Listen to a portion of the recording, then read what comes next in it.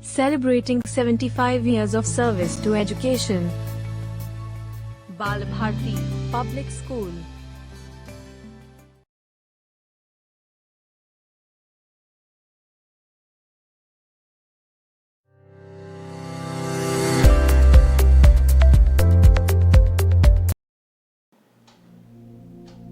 Good morning students. Today again we will learn impact of few transactions in the accounting equation. So we are having a column of cash, machinery, stock, accrued income. Accrued income means income which is earned but till now it is not received in the form of cash. Capital and then outstanding expenses. Outstanding expenses means expenses which are incurred but it is not paid. वो खर्चा जो हो चुका है लेकिन अभी तक उसका पेमेंट नहीं किया गया है. And accrued income means income which is earn, जो कि कमा लिया गया है लेकिन अभी तक कैश के फॉर्म में बिजनेस को रिसीव नहीं हुआ है. So as usual, first transaction started business with cash 25,000, machinery 75,000 and goods 20,000, and with this amount capital will also increase. So capital is 1,20,000. The next is goods rupees 2,000 and cash rupees 1,000 withdrawn for personal use.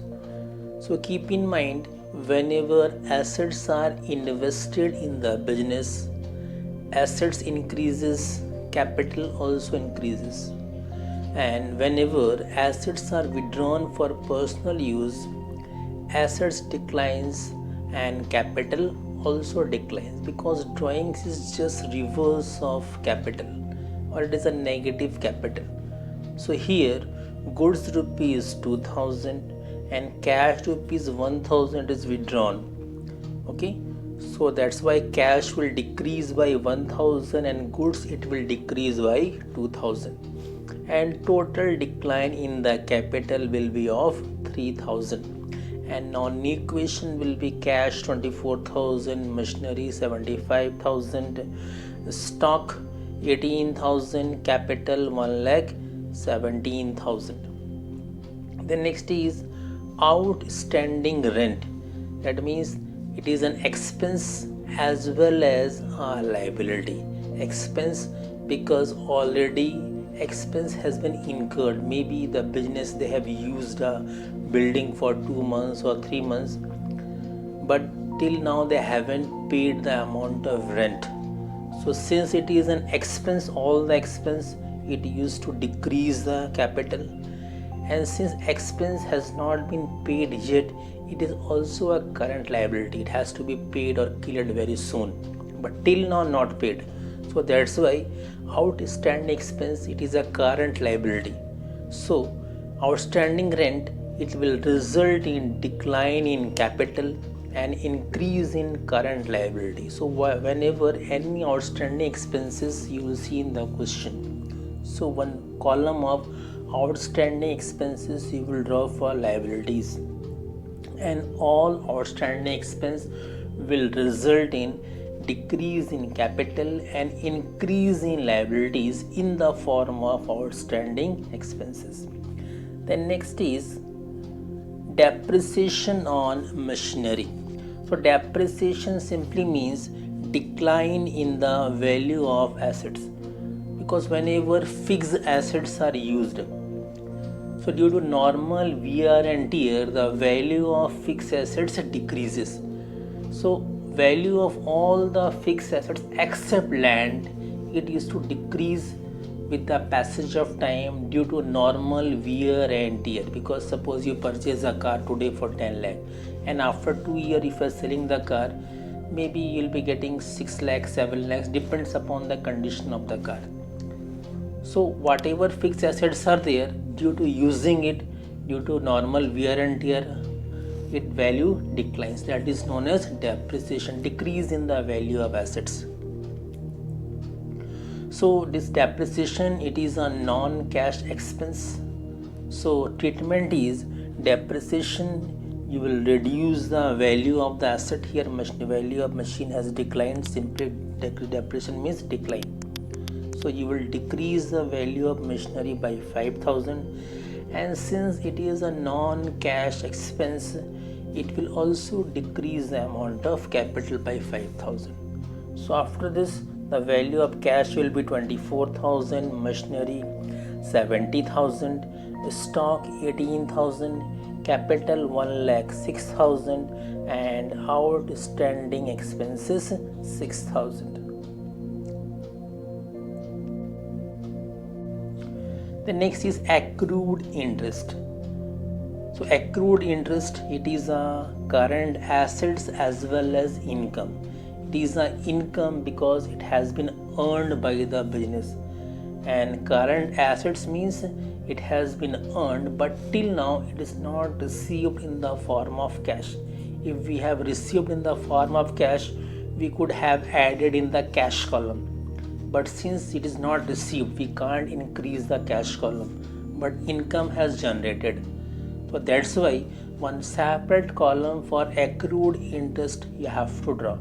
So whenever any accrued income is there, accrued interest, accrued commission, accrued rent, one separate column for accrued interest will be drawn in the asset side, because accrued interest, it is a part of current assets, and you will increase the amount of accrued income and you will increase the amount of capital. So here also, since it is a current assets as well as income, so capital you will increase by 3,000 from the income point of view, and since it is a current asset, you will increase the column for accrued income by rupees 10,000. So now new equation is cash 24,000,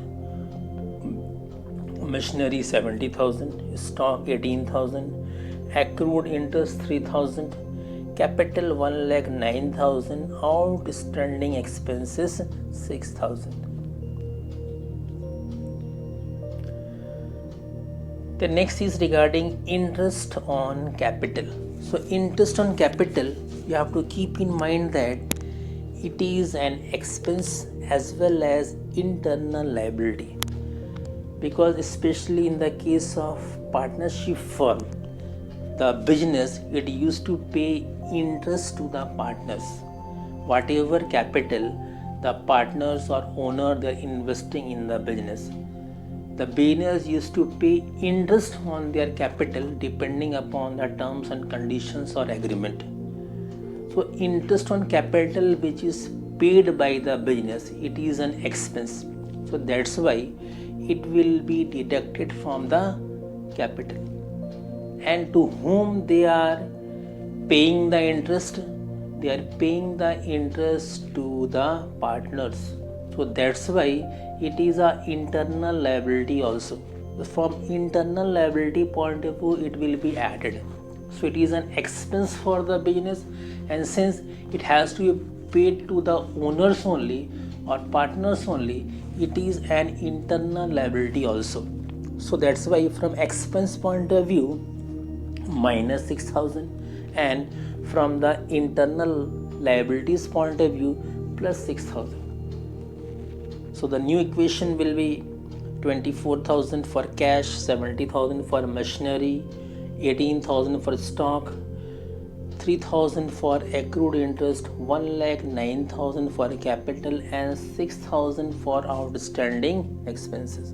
So interest on capital, whenever the term is there, you add and deduct the same figure. One, you will add it from the internal liabilities point of view, and then you will deduct it from the expense point of view.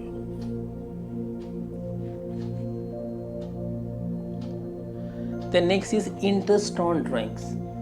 So as interest on capital is payable to the partners, interest on drawings is chargeable from the business just to discourage the drawings, because in case the partners or the owner they keep on withdrawing for their personal use, it may hamper the normal proceeding of the business. So just to discourage the drawings, sometimes in the clause or conditions, interest on drawings is also included. That means in case the owner or the partners, in case of partnership firm, they are withdrawing from the business, they have to pay interest to the business, or business will charge interest from the partners or owner. So interest on drawings, since the business is charging from the partners, it is an income. It is an income. It will result in increase in income. And since they are taking the amount from whom or charging the amount from whom, they are charging the amount from the partners or the owner. So that's why it result in decrease in liability. So how decrease in liability? Just take the case of bank.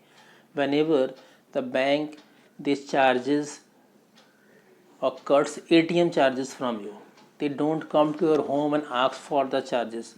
They directly cuts from your bank account.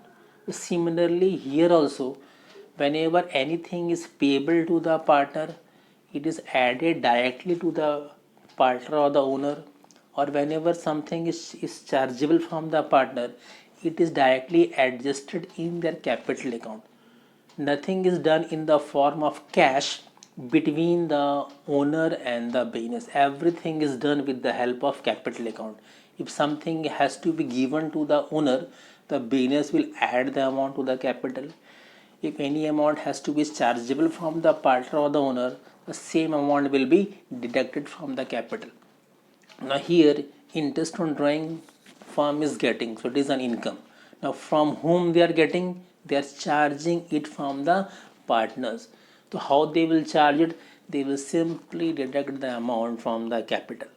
So that's why from the income point of view, business will add rupees 500, and from the decrease in internal liabilities point of view, business will deduct rupees 500.